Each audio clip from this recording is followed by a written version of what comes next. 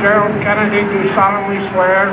I, John Fitzgerald Kennedy, do solemnly swear. That you will faithfully execute the office of President of the United States. That I will faithfully execute the office of President of the United States. And will, to the best of your ability. And will, to the best of my ability. Preserve, protect, and defend the Constitution of the United States. Preserve, protect, and defend the Constitution of the United States. So help you God. So help me God.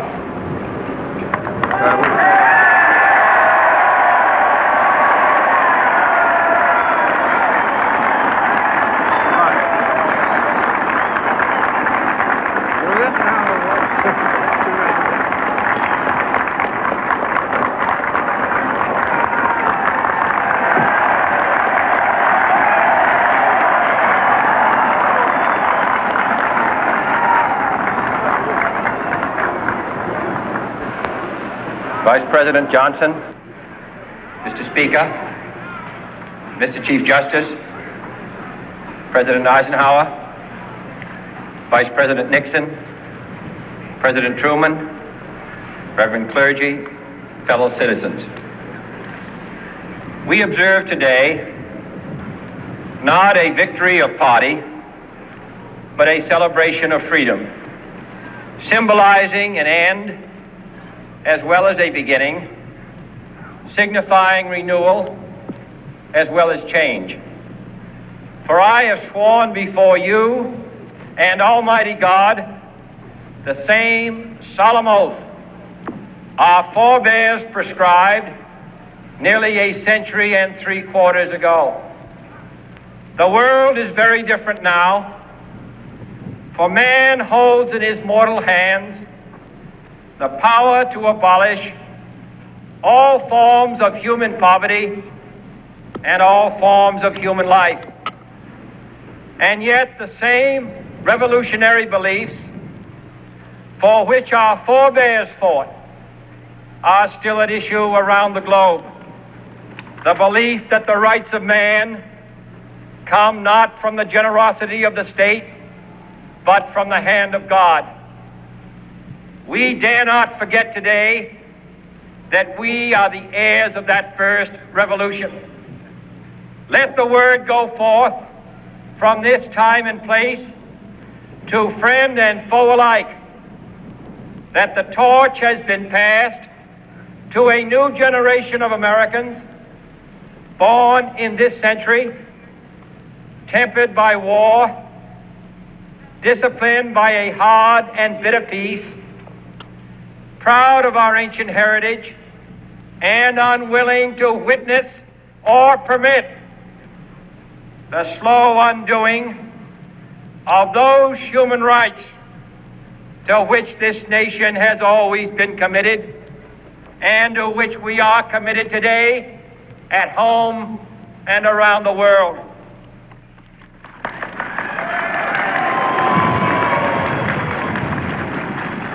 Let every nation know, whether it wishes us well or ill, that we shall pay any price, bear any burden, meet any hardship, support any friend, oppose any foe to assure the survival and the success of liberty.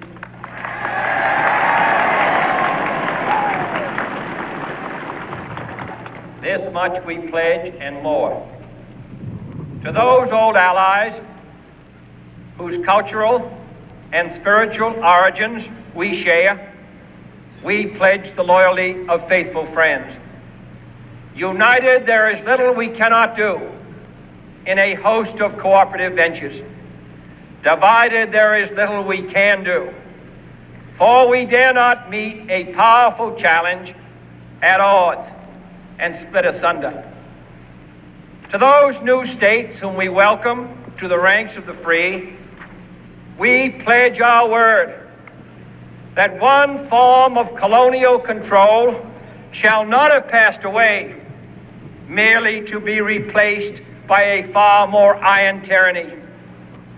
We shall not always expect to find them supporting our view, but we shall always hope to find them strongly supporting their own freedom, and to remember that in the past, those who foolishly sought power by riding the back of the tiger ended up inside.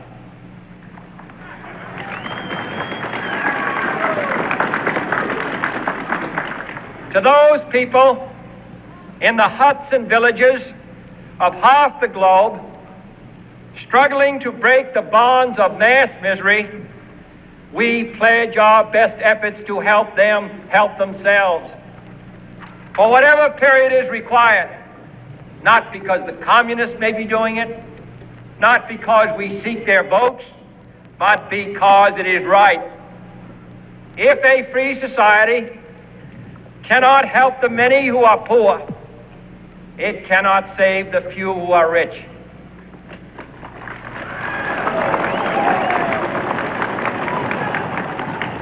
To our sister republics south of our border, we offer a special pledge to convert our good words into good deeds, in a new alliance for progress, to assist free men and free governments in casting off the chains of poverty.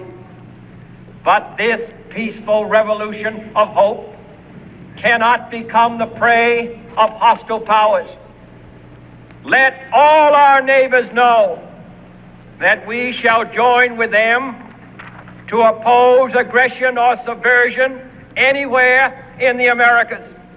And let every other power know that this hemisphere intends to remain the master of its own house.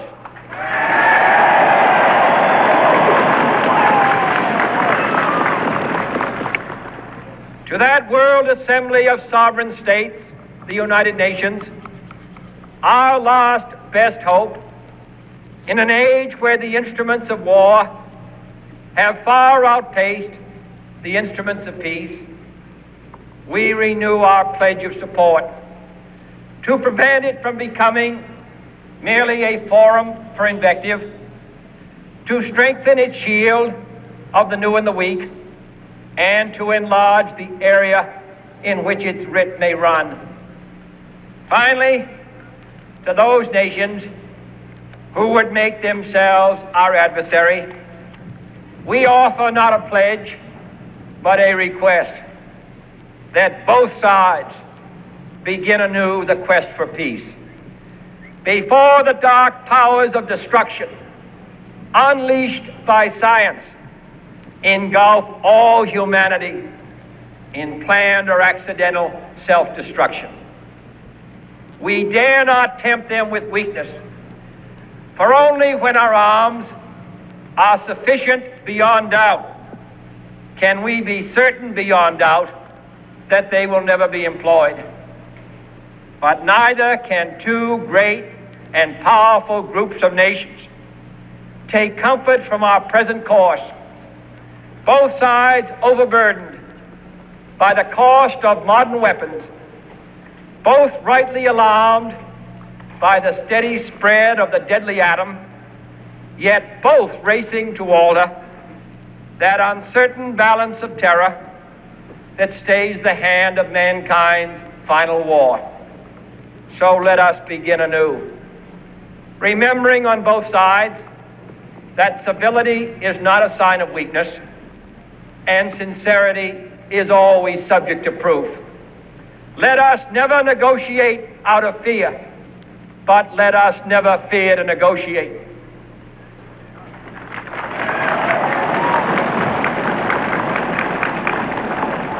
Let both sides explore what problems unite us, instead of belaboring those problems which divide us. Let both sides, for the first time, formulate serious and precise proposals for the inspection and control of arms, and bring the absolute power to destroy other nations under the absolute control of all nations.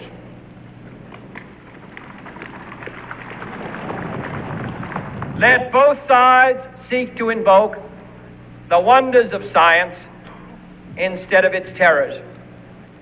Together, let us explore the stars, conquer the deserts, eradicate disease, tap the ocean depth, and encourage the arts and commerce. Let both sides unite to heed in all corners of the earth the command of Isaiah to undo the heavy burdens and let the oppressed go free.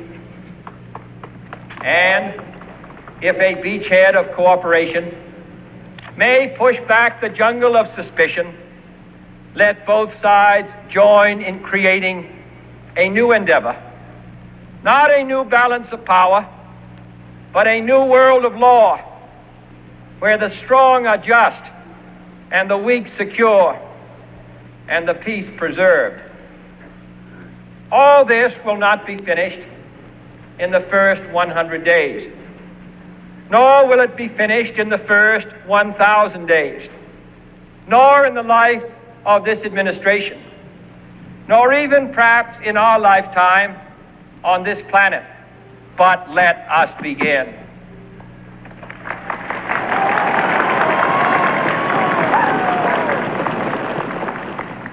In your hands, my fellow citizens, more than mine, will rest the final success or failure of our course.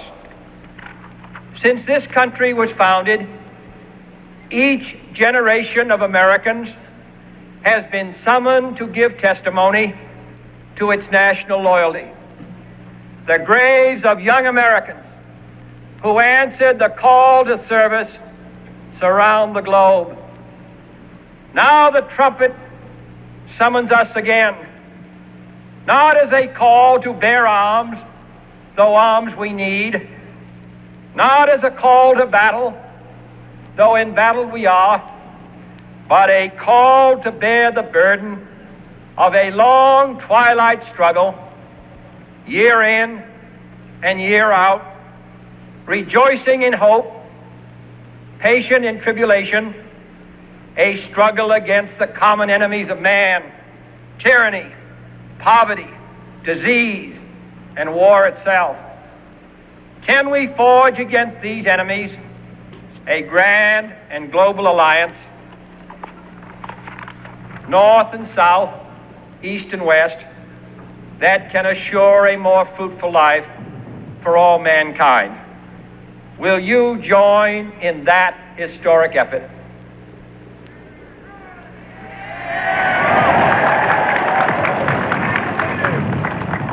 In the long history of the world, only a few generations have been granted the role of defending freedom in its hour of maximum danger. I do not shrink from this responsibility. I welcome it.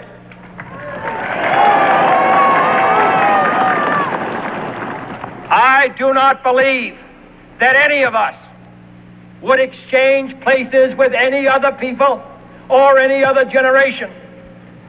The energy, the faith, the devotion which we bring to this endeavor will light our country and all who serve it. And the glow from that fire can truly light the world. And so, my fellow Americans, ask not what your country can do for you. Ask what you can do for your country.